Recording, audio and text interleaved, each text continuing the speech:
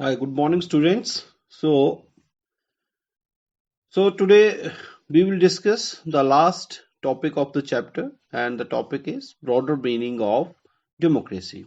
So in the previous lectures, I explained you what is given in this topic, and today I'm going to read uh, this. And so for that, I request you please listen carefully. Okay, listen.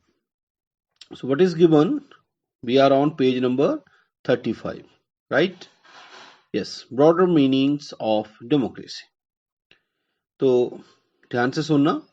In this chapter, we have considered the meaning of democracy in a limited and descriptive sense. We have understood democracy as a form of government. This way of defining democracy helps us to identify a clear set of minimal features that a democracy must have. Note down this line. The most common form that democracy takes in our times is that of a representative democracy. You have already read about this in the previous classes. In the countries we call democracy, all the people do not rule. A majority is allowed to take decisions on the behalf of all the people. And even the majority does not rule directly. Not down this line. So ये सारा कुछ मैंने वैसे आपको previous lecture में भी explain कर दिया था.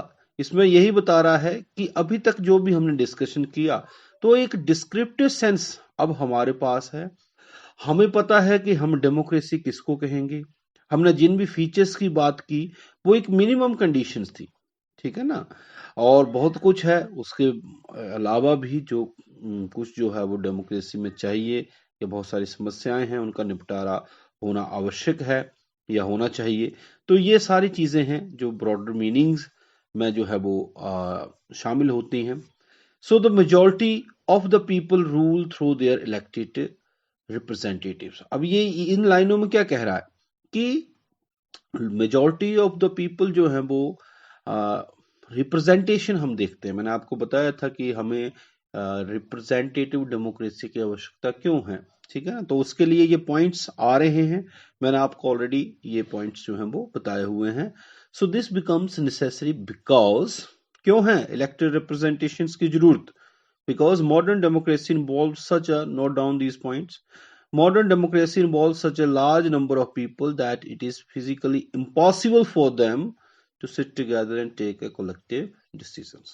So सभी लोगों का एक जगह साथ बैठना, किसी डिसीजन को लेना इम्पॉसिबल होता है, इसलिए रिप्रेजेंटेशन की आवश्यकता होती है. And even if they could, the citizen does not have the time, the desire or skills to take part in all the decisions. ठीक है जी, 2 पॉइंट हैं यहाँ पर और मैंने आपको ये पहले भी बता चुका हूं, ठीक है. This gives us a clear but minimal understanding of democracy. This clearly helps us to distinguish democracies from non-democracies. तो ये सब कुछ जो कुछ भी डिस्कशन हमने किया उसमें अब हम डिफरेंस कर सकते हैं कि एक डेमोक्रेसीज के अंदर किसे हम डेमोक्रेसी कह सकते हैं, किसे नहीं कह सकते हैं. So what is the difference between democracy and non democracy. So this is all. And what it does not allow us to distinguish between a democracy and a good democracy. And we are towards to this discussion, what towards the discussion of good democracy now. Okay, तो democracy तो है लेकिन good कैसे आएगी. So it does not mean, कहता है, it does not allow us to see the operation of democracy beyond government. For this, we need to turn to a broader meaning of democracy. Sometimes we use democracy for organizations other than the government. So just read these statements. जैसे कि कुछ example लिखे हैं यहाँ पर. कहता, we are a very democratic family. Whenever a decision has to be taken, we all sit down and arrive at a consensus. Consensus होती है सहमति. My opinion matters as much as my father's. किसी भी family decision में मेरी opinion भी उतनी matter करती है जितने मेरे फादर की. दूसरा एग्जांपल दे रहा है, कहता I don't like teachers who do not allow students to speak and ask questions in the class. Do you like such teachers? No. यदि कोई टीचर आपको स्टॉप कर देता है, आपको अलाउ नहीं करता है बोलना, आप कुछ पूछना चाहें, आपके क्वेश्चंस का जवाब नहीं देते, तो आप ऐसे टीचर्स को लाइक नहीं करते होंगे शायद, ठीक है ना, कोई भी नहीं करता है, मैं भी नहीं करता था। तो I would like to have teachers with democratic temperament. Democratic temperament का मतलब कि एक डेमोक्रेटिक अप्रोच के साथ यदि कोई क्लास ले रहा है, वो जो सबको सुनता है, बेस्ट क्या है उसको बताता है, ठीक है, तो ऐसा टीचर जो है वो क्लास में भी लाइक किया जाता है।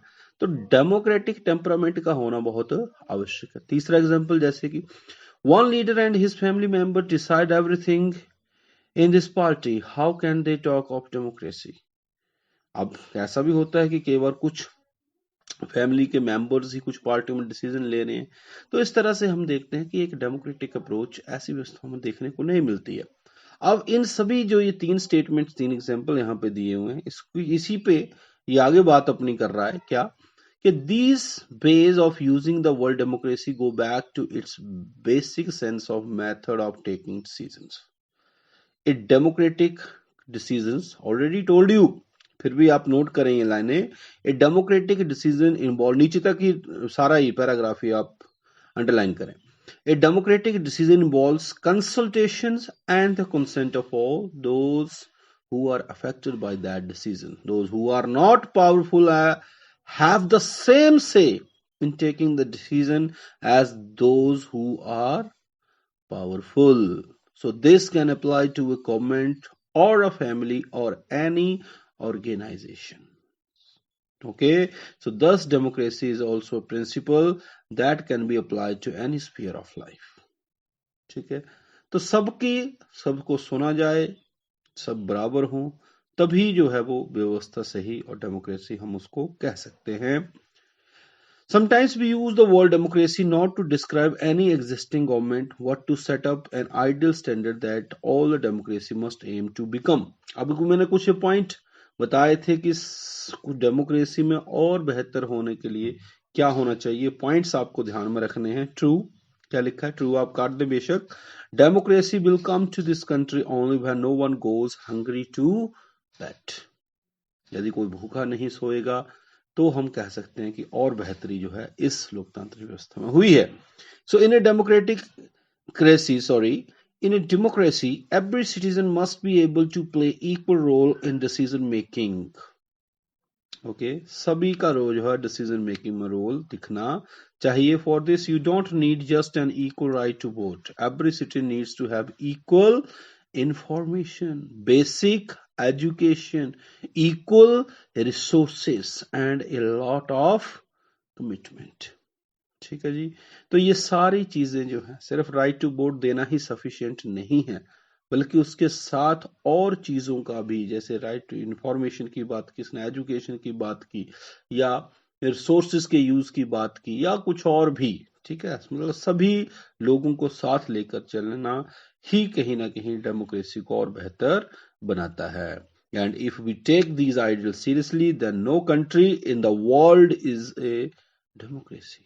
लेकिन अगर हम इन सभी बातों पे ध्यान करें तो हम देखते हैं, मैंने आपको बताया था, लास्ट पॉइंट बताया था पिछले लेक्चर में, कि no country is perfect democracy. तो हम देखते हैं कि कोई भी इस आइडियल, इस आदर्श के ऊपर जो है वो फिट नहीं बैठता है। Yet an understanding of democracy is an ideal reminds us of why we value democracy. लेकिन फिर भी जो कुछ हमने अभी तक पढ़ा या कुछ फीचर्स की बात की, वो सिर्फ एक आइडिया देता है, एक रिमाइंड्स करवाता है कि क्या कुछ समथिंग मिनिमम तो होना ही, ये तो होना ही चाहिए। So it enables us to जज an existing democracy and identify its weakness, और इसके आधार पे ही हम वहां की व्यवस्था और उसकी कमियों को जान सकते हैं। It helps us to distinguish between a minimum democracy and a good democracy. ठीक है जी, मिनिमम क्या है और उसमें और बेहतर क्या है, इस आधार पे कहीं ना कहीं अब हम किसी भी सिस्टम को, किसी भी देश की व्यवस्था को जो है वो आंक सकते हैं। ठीक बेटा, ये रेस्ट दो भी लाइनें हैं, इसको पढ़ लेना, ये वैसे ही दे रखा है। अब नेक्स्ट पेज पे आइए, पेज नंबर 37 पे, and we are towards the last paragraph, okay, of the chapter. This also means that no country is a perfect democracy. मैंने ये लाइन नोट भी कर लो आप, मैंने आपको बताया भी था प्रीवियस लेक्चर में कि इस तरह से हम देखते हैं कि कोई भी कंट्री एक परफेक्ट डेमोक्रेसी तो नहीं है. The features of democracy that we discuss in this chapter provide only minimum conditions, again saying, of a democracy. That does not make it an ideal democracy. So every democracy has to try to realize the ideals of democratic decision making. This cannot be achieved once and for all. This requires a constant efforts to save and strengthen democratic forms of decision making. What we do as citizens can make a difference to making our country more or less democratic. Note down the line. Already told you कि सिर्फ लोग ही हैं, हम लोग ही हैं जो इसको बेहतर या वीक बनाएंगे. तो बेहतर बनाने के लिए प्रयास होना चाहिए और ये सब कुछ इसकी स्ट्रेंथ, डेमोक्रेसी की स्ट्रेंथ जो है लोगों के हाथ में. ठीक है ना. सो this is the strength and the weakness of democracy. The fate of the country depends not just on what the rulers do, not down the line, but mainly on what we as citizens do. Okay, what rulers do doesn't matter more. Okay, matters what citizens do. So इसको अगर बेहतरी में लेकर जाना है व्यवस्था को, तो ये हमारी सिटीजन्स की रिस्पॉन्सिबिलिटी है कि हम उसे बेहतर बनाएं. सो this is what distinguish democracy from other governments, other form of governments like monarchy, dictatorship, or we can say one party rule,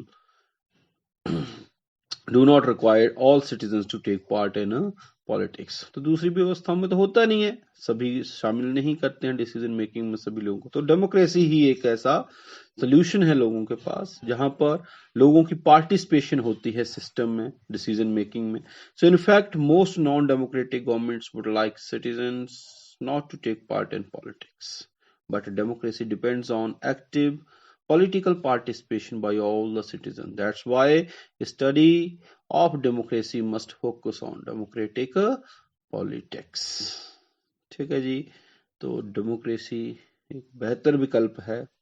okay, और इसको बेहतर कौन बना सकता है? हम लोग ही बना सकते हैं.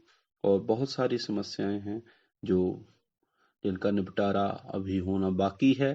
डेवलपमेंट के नाम पे बहुत कुछ अभी बाकी है, लेकिन हमारे प्रयासों से ही वो बेहतर हो सकता है. रूलर्स तो सिर्फ रूल बनाएंगे, लेकिन उसको बेहतर हम बनाएंगे और इसके लिए ही प्रयास होना चाहिए.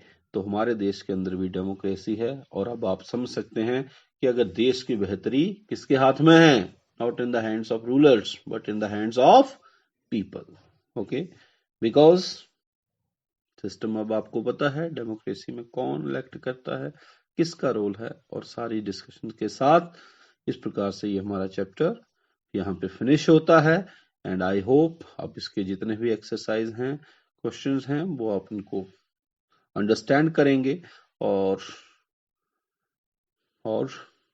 बाकी अगर फिर भी आपका कोई कंफ्यूजन होगा तो जब क्लासेस होंगी, जब हम आमने सामने होंगे, तो हम उस पर और चर्चा कर लेंगे. ठीक है जी. तो इस चैप्टर में इतना ही. अब नेक्स्ट मिलेंगे.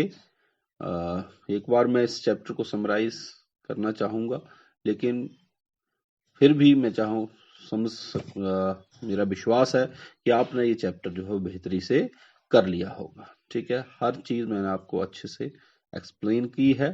फिर भी मैं कह रहा हूं कि अगर कोई समस्या होगी तो हम उसको जब मिलेंगे तो फिर उसका निपटारा कर लेंगे. So till the next lecture, stay healthy, stay safe, stay at home. Thank you very much. Thanks.